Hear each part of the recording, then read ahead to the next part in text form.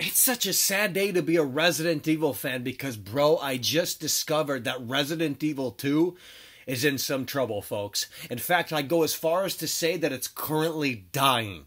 Now, I know that sounds a bit ridiculous, but folks, if you go to Google Trends and you type in Resident Evil 2 Remake, you will see a significant drop in interest ever since they unveiled it at E3. So what in the blue hell happened?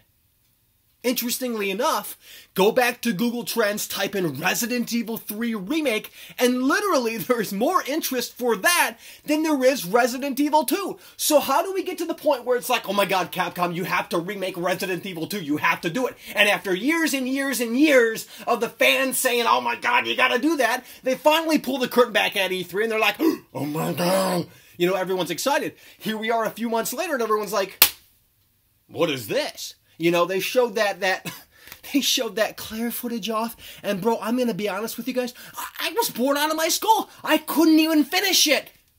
You gotta bring something new to the table here. And when I see Resident Evil 2 now, the remake, I sit there and I say to myself, like, bro, this is nothing but a third-person Resident Evil 7 clone. Hell, the UI is literally straight from Resident Evil 7. They were so lazy that they didn't want to go back in and say, hey, look, we should reimagine the old-school Resident Evil UI here, the inventory system. That would be a cool thing to include here in our remake. But instead, they were like, well, we don't want to do that.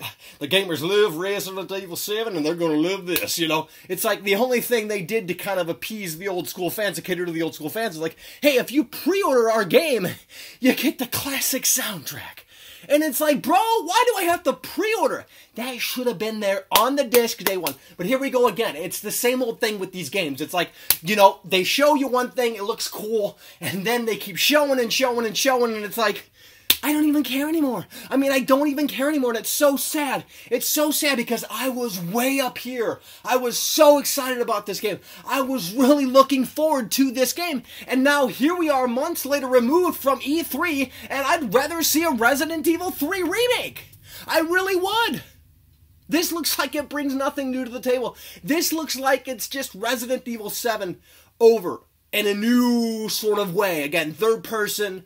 You know, again, the inventory system is straight from Resident Evil 7, and it looks about as linear as Resident Evil 7 as well. And I can go on and on and on, but again, don't just take my word for it. Go to Google Trends. You will see that this game is unfortunately dying.